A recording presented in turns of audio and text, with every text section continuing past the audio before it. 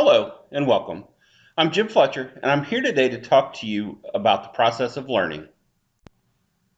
So let us now look at the problems with learning and effective study habits. Students have never been taught how effective learning takes place. Therefore, they use study techniques that are ineffective at best. Often, students do not understand how the study process affects the learning process. All the student understands is the fact that if they study enough, they will remember enough of the information to get through the test and hopefully get a good grade. What they fail to understand is that all of that studying only stored the information in short-term memory, not in the more durable long-term memory. Students have the illusion that the study techniques they use now are effective and facilitate better learning. Researchers found that students have no awareness of how ineffective some study techniques are. Students decide what study techniques they use based solely on their own subjective experiences. This gives the students the impression of competency of the material when in fact they have only made limited gains in memory. Ineffective study techniques are those study techniques that produce a quick result in learning, but fail at long-term retention and have an associated rapid forgetting component. Researchers report that students' favorite study technique was repeated reading. Repeated reading of information gives a false sense of competency, but does not develop the memory traces or cues necessary to recall the information from the more durable long-term memory. Students do not understand the potent effect of self-testing and the effect it has on long-term memory and learning. Researchers showed that while instructors know the benefits of testing, students are unaware of the benefits and often predict that repeated reading will produce better retention. While this is not a study technique, it can be ineffective when done wrong. Feedback is essential to the student's growth as a learner. However, students are often not happy with the feedback they receive. Feedback can have one of the most significant influences on a student's learning. At times, students find feedback unusable with not enough information. So then, how does the process of placing knowledge and skills into memory work? First of all, learning is a lifelong process that builds on prior knowledge and past experiences. The definition that is most used is the acquisition of skills and knowledge that can be recalled for future problems and opportunities that may come up. So this statement alone tells us that we have to have some way of storing our knowledge and skills as memories and the ability to recall and interpret them so that that knowledge or skill can be used in future opportunities or as problems arise. Learning requires us to develop connection pathways within our brain that help us to remember and connect with what we learned to prior learning. Comprehension of what we learn depends on how durable the pathways are and how profound the meaning of the knowledge and skill is. One important point to make is that there is no limit to the amount of information we can learn as long as it can be related to what we already know. So let us look at the three-step process of memory. Encoding is the first step in memory, and it is a process of taking knowledge and skills and storing the information in short-term memory. This is the day-to-day information and life activities that we have. Encoding leads us to this next step in the process, which is consolidation. Information stored in short-term memory is not yet ready to be placed in long-term memory.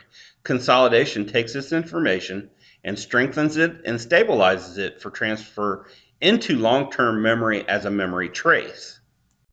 Memory traces develop over time from as short as a few hours to longer depending on how complex the information is, how many times it has been rehearsed, what blanks are left, and how it is connected to past experiences and information.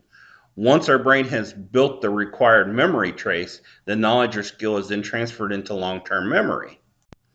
The final stage of memory is the ability to recall or retrieve the information for use. Retrieval of information requires that the memory trace be durable. Additionally, this information must be linked to past experiences and comprehension must be achieved.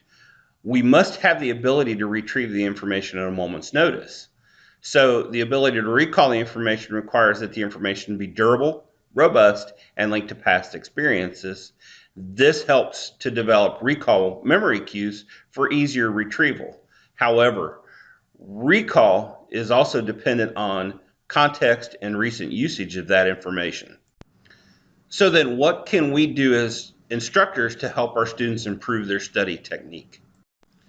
One way is to strengthen retrieval. Effortful retrieval, such as spaced practice, requires a student to reconstruct the information from long-term memory rather than short-term memory. Students tend to use easier methods to retrieve rather than retrieval methods that require thought. There is, however, a limit on what we can retrieve. Retrieval practice is the best way to help students remember information. The critical point in retrieval practice is that the information must have been stored in long-term memory, and there must have been consolidation with cues and experience. Recall can be made stronger by repeated effortful retrieval practice, making that information's potential for quick recall that much greater. The old adage of the more you practice something, the better you can recall it.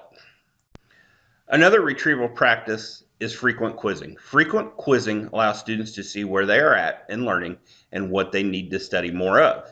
Low stakes quizzing are quizzes that are given frequently with low point values and are given to help students develop the recall skills. Students have no problem with quizzes if they are predictable. However, students and teachers need to set the ground rules before quizzing starts. Research has shown that quizzes allow students to continually retrieve information that is learned by making those retrieval pathways. Quizzes produce knowledge that can be retrieved easily and quickly and in more and more challenging situations. What researchers do suggest is that teachers using frequent tests with low stakes have some type of corrective feedback for students. In the fire service, this can be done for both hands-on and classroom skills. Flashcards are an excellent way for students to learn retrieval practice. By color-coding topics, students can effectively mix information to make retrieval effortful. As students learn and grasp material, they can start to study the information they have a good grasp on less and study what they do not have a good grasp on more. And talking about corrective feedback needs to be given so that the students can see what their mistakes are and understand why they made them and how they can correct them. Corrective feedback needs to be given after any assignment. And according to Johnson, students want feedback that is detailed and individualized.